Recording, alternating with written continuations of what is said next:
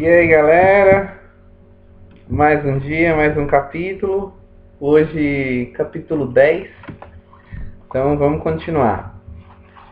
Capítulo 10 começa com o título Pare de julgar. Ok? Não julguem e vocês não serão julgados. Não condenem e não serão condenados. Perdoem e serão perdoados. Deem e será dado a vocês. Colocarão nos braços de vocês uma boa medida, calcada, sacudida, transbordante. Porque a mesma medida que vocês usarem para os outros será usada para vocês. Lucas capítulo 6, 37 a 38. Anteriormente verificamos a parábola da mulher que foi flagrada cometendo adultério. Quando foi trazida diante de Jesus como um teste para ver se iria condená-la, ele simplesmente desafiou quem a acusava, dizendo que se alguém estivesse sem pecado, que atirasse a primeira pedra.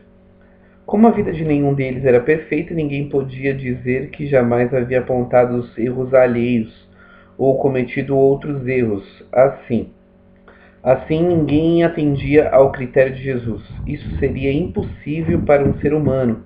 Então retiraram-se um a um.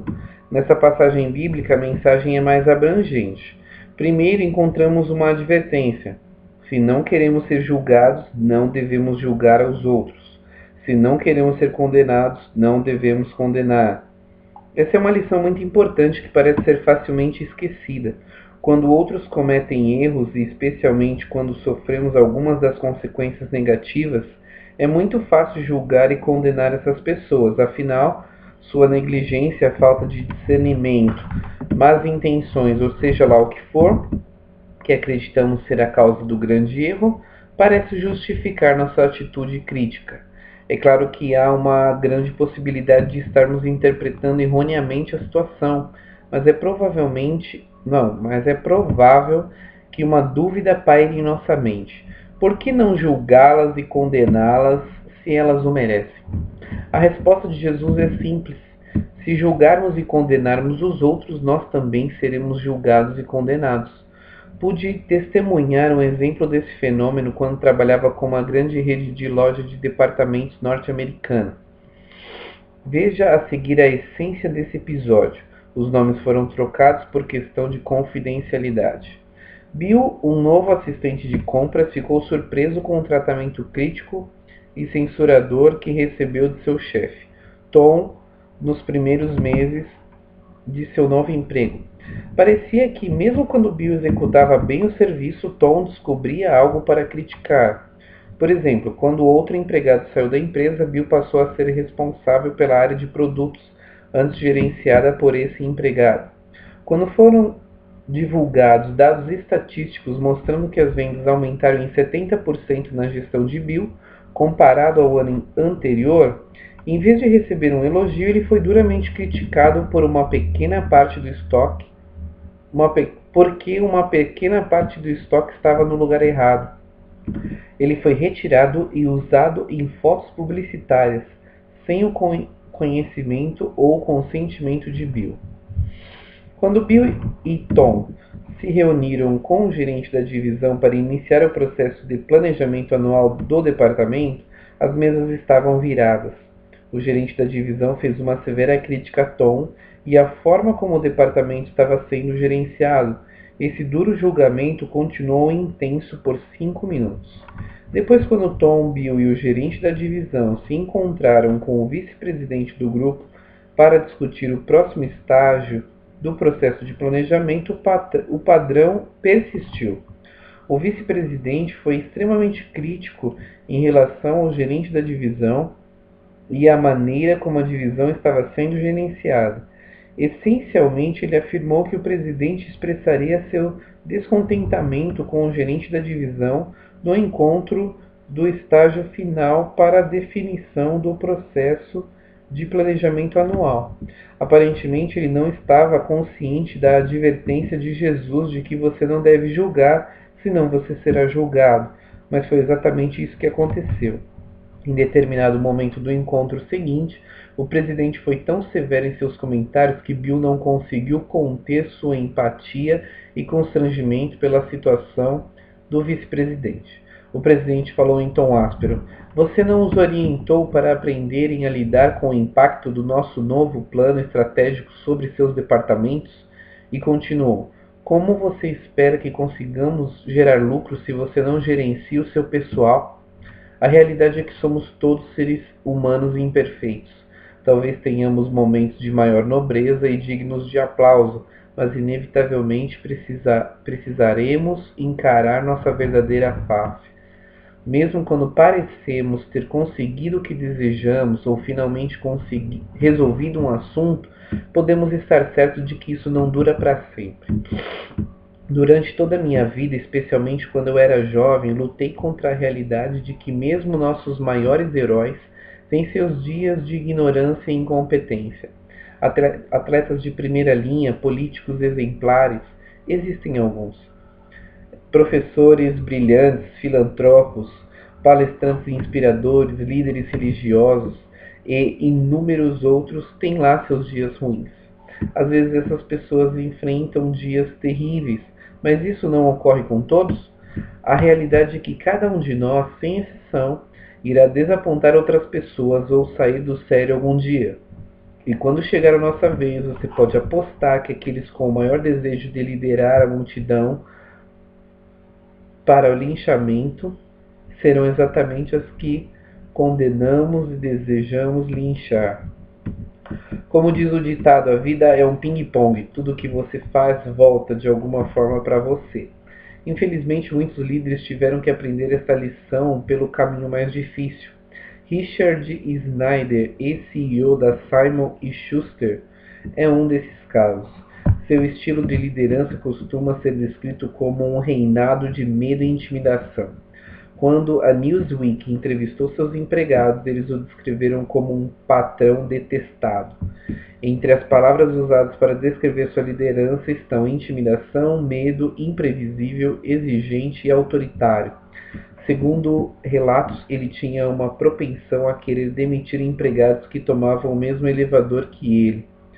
Muitos empregados acreditavam nisso e se recusavam a entrar em um elevador com ele, e Snyder preferia assim. Quando a Viacom adquiriu a Paramount, a empresa mãe da Simon & Schuster, Snyder acabou sendo demitido por Frank Beyond Jr., presidente da Viacom, devido ao seu estilo de liderança e ao impacto causado nos seus empregados. De fato, a vida é como um ping-pong. Outro resultado negativo que pode ser gerado pelo excesso de julgamento é que os problemas ficam camuflados. Ninguém deseja ser um mensageiro trazendo más notícias para um líder crítico. Lembra-se do caso do motorista apresentado no capítulo intitulado Pedra sobre o Vidro? Ele tinha plena consciência desse problema. Após descrever o sistema de controle punitivo da empresa onde trabalhava, deu uma pequena aula sobre os problemas dos negócios nos Estados Unidos. Ele disse: a mão direita não sabe o que a mão esquerda está fazendo. A gerência e os trabalhadores não trabalham juntos. Muitos problemas persistem por várias semanas em empresas norte-americanas porque os trabalhadores simplesmente não relatam isso à gerência. E por que deveriam fazer isso se pensam que a gerência está pronta para derrotá-los? Eles simplesmente nos dão um chute no traseiro. Esse motorista descreveu uma situação que faz parte da realidade de líderes e empresas que se baseiam no julgamento e na punição. Além disso, quando julgamos e condenamos outros, especialmente quando ficamos muito incomodados e indignados, a negatividade pode nos consumir. Para combater esse tipo de processo autodestrutivo, John Kabat-Zinn fundou e se tornou diretor da Stress Reduction Clinic, no Centro Médico da Universidade de Massachusetts, que tem feito vários estudos sobre os benefícios saudáveis da prática da meditação da atenção plena.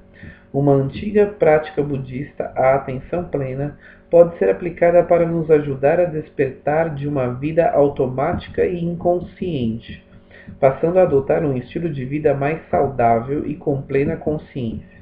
O ingrediente essencial dessa abordagem é eliminar a tendência constante de julgar tudo e todos, uma prática que pode dominar e pressionar a mente.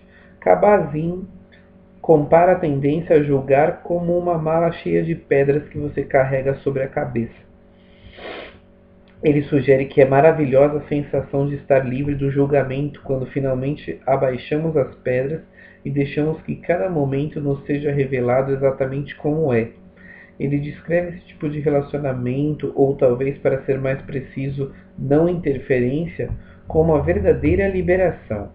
Às vezes ficamos tentados a experimentar a boa sensação resultante da condenação de alguém que está por baixo em virtude das próprias falhas. Talvez sintamos uma forte inclinação a comemorar nossa superioridade, humilhando os outros quando tropeçam, e podem se defender tão bem, mas há algo venenoso nisso. Esse veneno é liberado em nós e na outra pessoa.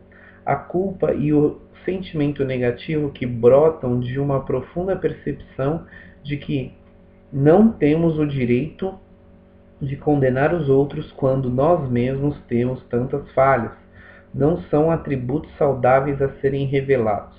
Nossa mente pode ficar tão preocupada em julgar que sobra pouco tempo para outras questões. No final, é provável que essa atitude crítica acabe atingindo a nós mesmos. Ficamos tão especializados em procurar os defeitos e o desmerecimento em tudo e em todos, que é provável que façamos o mesmo em relação às nossas próprias falhas, iniciando um processo de autocondenação. Quando o hábito de julgar e condenar passa a ser uma prática constante, significa que criamos um mundo mental autodestrutivo, insensato, no qual vivemos e em que os danos causados a nós mesmos são no mínimo tão grandes quanto os males que infligimos a outras pessoas. Lembre-se de que Jesus também apontou os benefícios do perdão, em vez do julgamento ou da condenação. Talvez o perdão seja o melhor caminho para obtermos o apoio leal.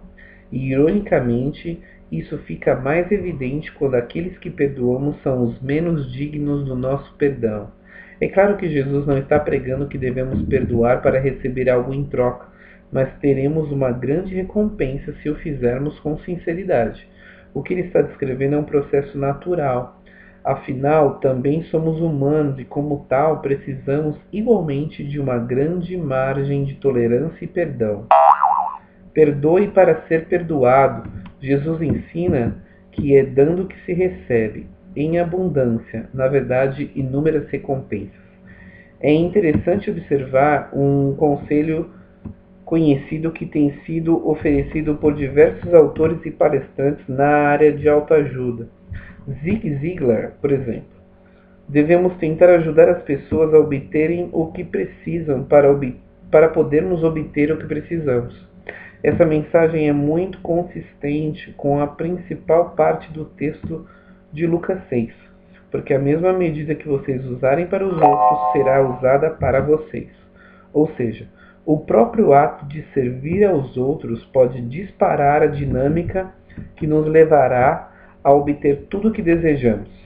Se oferecermos o melhor serviço aos clientes, permitindo que eles supram suas necessidades, nossos serviços serão cada vez mais procurados e, portanto, prosperaremos. Se sempre ajudarmos outras pessoas a resolverem problemas difíceis, podemos nos sentir confiantes de que nossa posição está segura, que teremos segurança no que fazemos. Se formos generosos com os outros, inclusive oferecendo nosso perdão, quando eles mais precisarem, seremos tratados com generosidade e também seremos perdoados. Apesar de toda a regra ter a sua exceção, a maior parte dessas afirmações descrevem relacionamentos verdadeiros que são criados com o tempo. Isso ocorre porque o hábito do perdão, em vez da condenação, leva os outros a nos tratarem melhor e nós mesmos a nos tratarmos melhor. Em outras palavras, não se precipite ao julgar as pessoas. Você só receberá ódio e julgamento em resposta. Em vez disso, procure sinceramente ajudar os outros a se aperfeiçoarem e serem bem-sucedidos. Assim você não apenas Conseguirá sobreviver às falhas sem condenação, mas também desfrutará de grande estima, apoio e prosperidade. Essa é a lição simples que Jesus parece querer ensinar. O perdão e não a condenação fortalecerá os seguidores e criará um elemento favorável no qual os próprios líderes poderão se apoiar quando tropeçarem. Então, hoje acabou o capítulo 10, amanhã capítulo 11. Tenha um bom dia.